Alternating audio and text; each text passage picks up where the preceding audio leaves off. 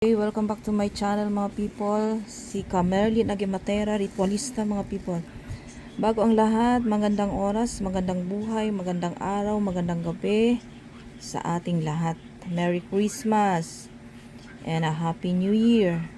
Welcome sa New World na 2024 mga people. Bago ang lahat, bago nyo malaman kung ano itong pinapakita ko sa inyo, bago ang lahat sa mga baguhan ng mga nanunood ngayon mga people, pa-subscribe, click the bell para updated kayo lagi sa mga video na ipopost ko. Maraming salamat at huwag nyo sana skip ang ads at tuloy-tuloy lang sa panood para maintindihan kung ano-ano ang mga pinapakita ko sa inyo mga people para mas lalo nyo maunawaan at maintindihan sa larangan ng karunungang lihim. Kahit hindi ka aktibo sa ganito pero sana makakuha ka ng aral o lesson or mga idea para sa mga ganitong larangan.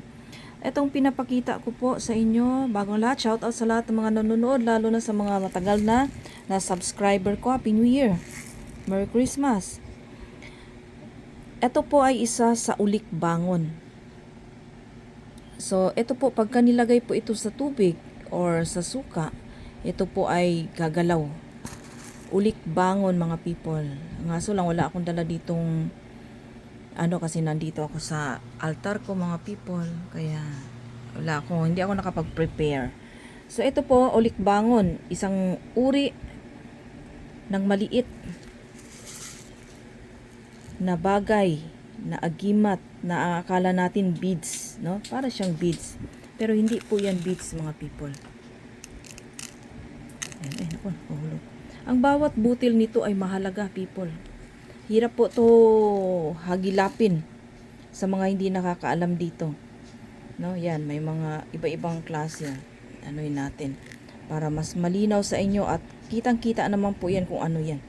Yan po ang tawag dito ulik bangon. Bakit siya tinawag na ulik bangon? Ito po ay isa sa klase sa mutya na nagbibigay ng kagalingan sa mga may sakit.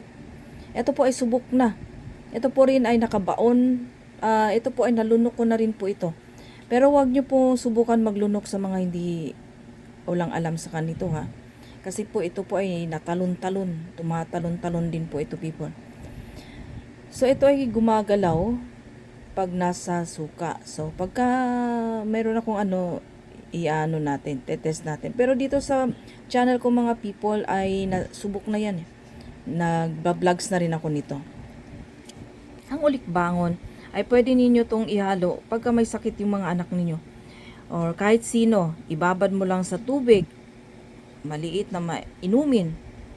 5 to 10 minutes nakababad or 15 minutes na nakababad ang ulik bangon at ipainom mo sa iyong pasyente or sa iyong may sakit na kamag-anak o sino bang may sakit mga people. Yan lang po ang isa sa paraan na nagpapagaling kasi subuko na rin po ito. Yung mga nagtatae, yan. Kaya tinawag na ulik bangon kasi ibalik. Ulik nga, ulik. Ibabalik. Lagyan natin ng ilaw para mas malinaw. Para sa inyong mga mata at sa mata ko rin kasi malabo na. So ibabad lang, mutya ng ulik bangon po ito people. Wala pong kasing tulad nito. At bira lang po tayo makakatagpo ng ganito people. Marami na rin bumibili sa akin ito. Noon. Hirap lang kasi to hanapin mga people. Napakaliit, sakit sa mata. Pero one day, i-vlogs din natin kung paano siya gumalaw sa tubig o sa suka, no? Nagalaw yan ng kusa people. So magbibigay ito ng kagalingan sa lahat. Mutya ng ulik bangon, nagpapagaling sa mga sakit at marami din itong dala-dala. Yung mga business mo na hindi walang asenso, try mong ganito people. Kaya siya ulik bangon tawag kasi babalik sa dati. Uuli bangon, babangon ng muli. Yan po ang taglay na kapangyarihan ng ulik bangon. Yan po ang aking kaalaman people kasi subok na rin po yan people. Yun nga lang people, sa atin lahat ng mga tao, nag-i-expect tayo na agaran ng talab. Sa kagalingan, maaring tatalab agad kasi subok na ito sa mga may sakit. Pero sa business, alam naman natin na pagdating sa business, hindi po ganun kadali. Hindi rin sili ito na pagpiga aanghang agad. So maghintay tayo na bigyan at pahintulutan.